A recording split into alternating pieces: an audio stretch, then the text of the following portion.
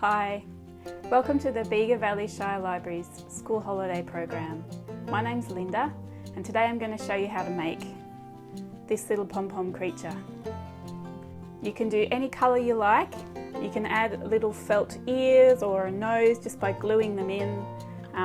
But I've done this little basic pom-pom shape with the two eyes and the dangly legs, and I'll show you how to make one. For this project, you're going to need something round to trace around, like a bowl or a glass or a cup, a pencil, scissors, cardboard, wool, black, white and a colour, a large plastic sewing needle and some beads. So let's get started. You can see I've got a collection of things that I can trace around: a cup and a bowl and a little black lid. So you just lay your object down on your piece of cardboard. I've used recycled bits of cardboard. You can just use anything that's fairly stiff. You're going to need to mark an outer circle and a circle for the middle. Once you've done this, grab your scissors and you can cut them out. You're going to need 2 of these. You guys be careful while you're cutting, and if you feel like you need some help, make sure you ask your mum, your dad or someone in the house. To make the centre hole, you can see I just pierced through with the tip of my scissors. Be super careful doing this. It might be better to get someone to help you. You don't want to get the scissors into your hand. Once you're through, you cut around like that. So you're going to need 2 of those, and you can see just here I've cut out 2, and we'll use these ones to get started. So the first colour we're going to need is black.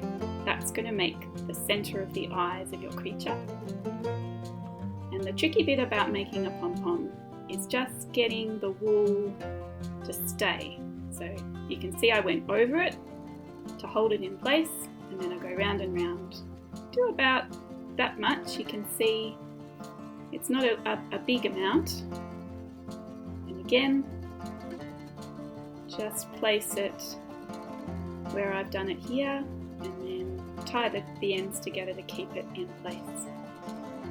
The next colour you're going to need is white, and I find the best way to make a pom-pom easily is to get about the length of your arm span, so hold it in one hand, stretch it to the other, and then double it over and stretch it back. You can see I've made 1 loop there. I'm making another. I'm going to do 4 for the white. And this just means that you can wind it around your cardboard loop. If you've got a big ball of wool, it won't fit through the centre hole. Let's make a bit of room.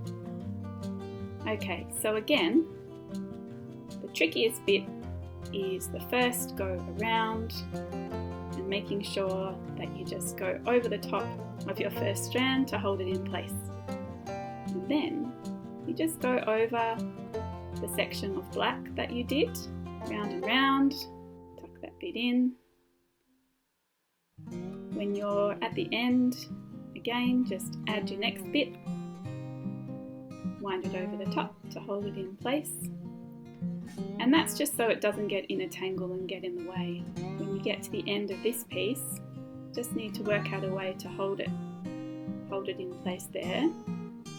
Sometimes using a pencil or something to shove it in under the bit of wool, just to hold it in. Okay, we're going to do the second one for the second eye. Winding it over. These are going to form the eyes of your creature. So if you want to have really big eyes, you could add more than what I've done here.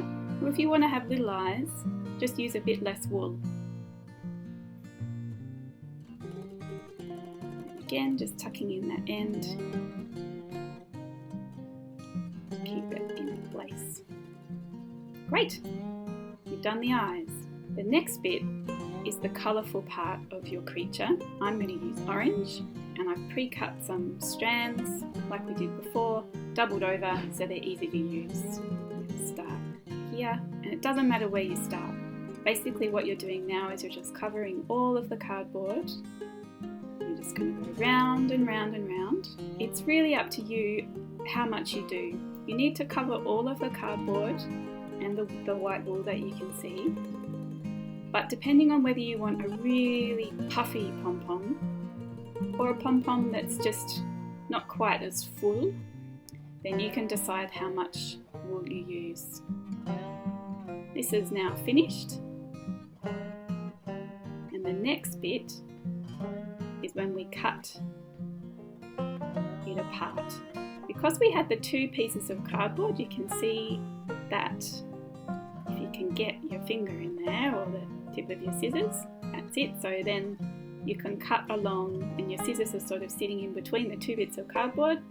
This bit can be a bit tricky. You might want someone to give you a hand.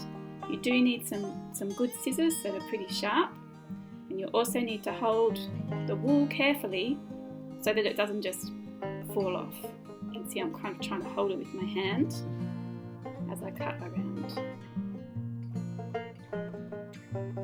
At this point, we need an extra piece of wool. It doesn't matter what colour. I've run out of orange, so I'm going to use this apricot colour. This is to go in between the two pieces of cardboard we've got there to hold our pom-pom together. So if you can just gently separate the two pieces of card, and you just place the piece of wool in there. I'm going to keep cutting the very end, making sure I don't cut my other piece of string there.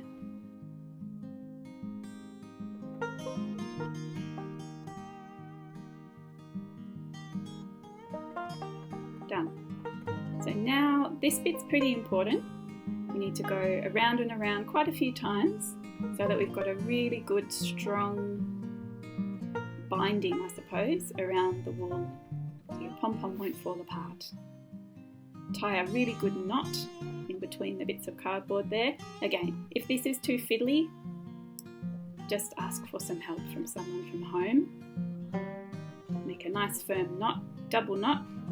And then you can just ease the pieces of cardboard off. You can start to see how your creature's going to look. You'll probably need to trim your pom-pom because there's usually some bits that are too long. And you can just give your pom-pom a nice haircut. So next, we're going to add the legs. So we need another piece of wool. You can choose any colour you like. It can be the same as the body, or it can be a different colour. Wrap it round the whole pom-pom and tie two really strong knots. And you see I've got a little collection of some wooden beads. Make sure your beads have holes in them that are big enough for you to be able to thread the needle through. I trimmed my legs a little bit, and now I'm just threading that needle, and then you can just choose which colours you put on to make your little legs. And I'll just make sure I do the same number on each leg. Go ahead, one extra. And then tie a couple of really good knots to make sure that they're big enough so that the beads don't just fall off.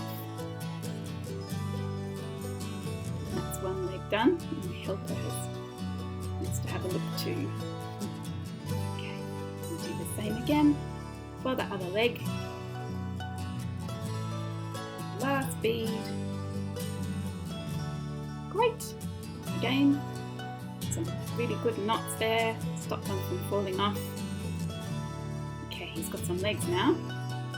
The last thing is just to tie a piece of string around, again, if you want to have something to hang your creature up with. I'm just using this apricot colour again to tie around there, do a knot,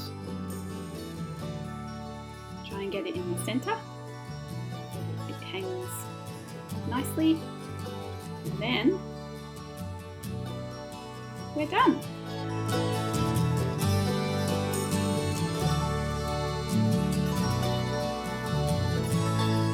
Well done everybody, I hope you enjoyed learning how to make this little creature. Thank you, bye.